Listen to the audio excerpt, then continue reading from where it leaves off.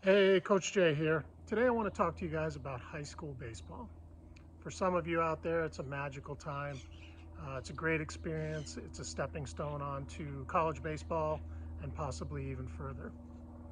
On the other hand, for many of you, this is an unbelievably frustrating time. There are a lot of players out there that don't play for their high school teams. There's many reasons why players don't play for their high school. Injuries, transfers, grades, uh, late bloomers, you're playing behind some terrific player at your school. One of the biggest reasons is politics, and that's the one that frustrates everyone.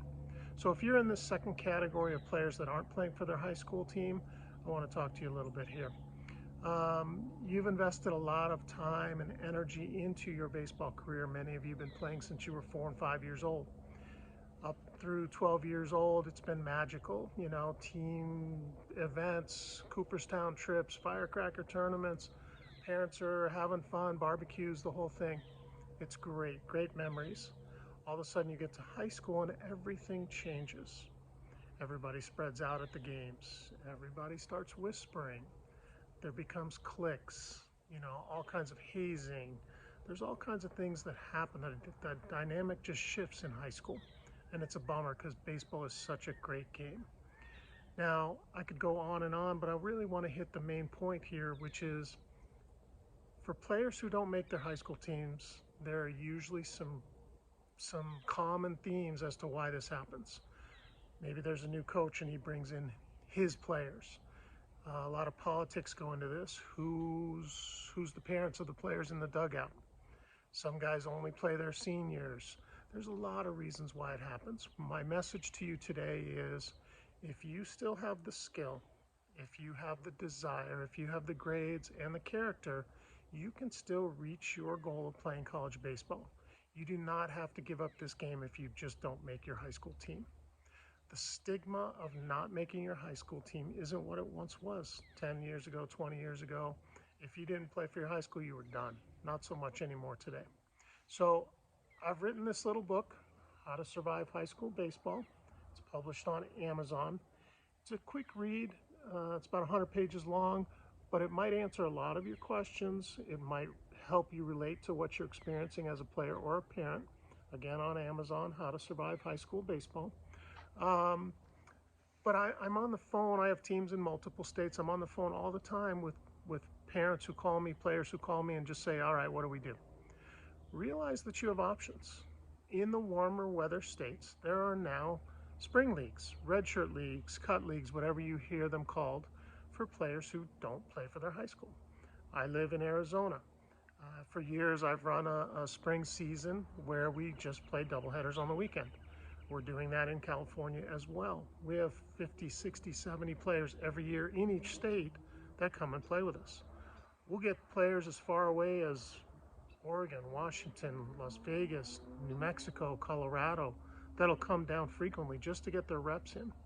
If you think about the calendar, if you think about the 12-month cycle of baseball, if you don't play for your high school team, you're basically not playing games, not getting reps, not getting good instruction from about November all the way through May.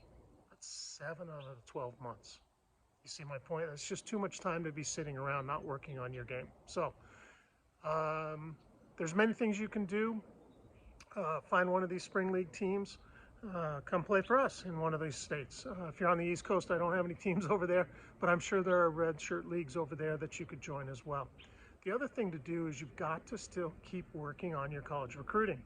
You've got to find a coach that can help you still get yourself out there, still advise you on what events to go to, still promote you to colleges, promote you, get you coaches, college coach conversations. This is really, really important. College coaches rarely ask me, hey, did this player play for his high school or did he not play for his high school? Again, 10 years ago, if I said no, he didn't play for his high school, that'd be the end of the conversation. Now, they don't really care. They want to know what tools you have. They want to know what your character is. They want to know what your projection is. How projectable are you? They want to know who you are. And then if they're interested, they're going to want to see you play somewhere. But you need to still be getting into those conversations. Again, I live in Arizona. We have teams in California. Some of these schools are really, really, really good. Some of the starting pitchers at some of these schools, are 85 miles an hour or higher. So if you're a pitcher at one of these schools and you're only 83 to 84, well, you already know you're not going to see much mound time at your high school. But that doesn't mean that you can't get placed easily in college. I've had many occasions where a player will come to me from one of these huge schools, kind of broken down a little bit, kind of confused and lost. Hey, well, I'm not playing baseball. I've never had this happen. Once I get to meet a player and still take a look at their projection, I can turn right around and place these guys into colleges, D3s, NAIs, junior colleges, usually pretty easily. Now remember, there's 1,700 colleges in the United States, roughly. 2/3 of them are D3, NAI, and junior college. Most players end up at those levels. Very few end up at D1 levels. So just be realistic in your college goal, but keep working on it. If you need that help, I can help you no matter where you are in the country. We just need to go over your current status, your projectability, and what are good goals for you to play at the right colleges. So don't give up is my advice. If you still have the skill set and the desire, don't give up. Some players, the game's outgrown them and it is time for them to either go rec league or hang it up. But for a lot of you guys out there, you want to keep playing, and I'd like to help you do that. So again, you're frustrated, you're looking for answers. Again, a short book, How to Survive High School Baseball. It's on Amazon. Or just send me an email. And maybe I can help you and advise you in the right direction. All right, hope you reach your goal of college baseball. I hope I can help you out, and I hope you have a great day. Thanks.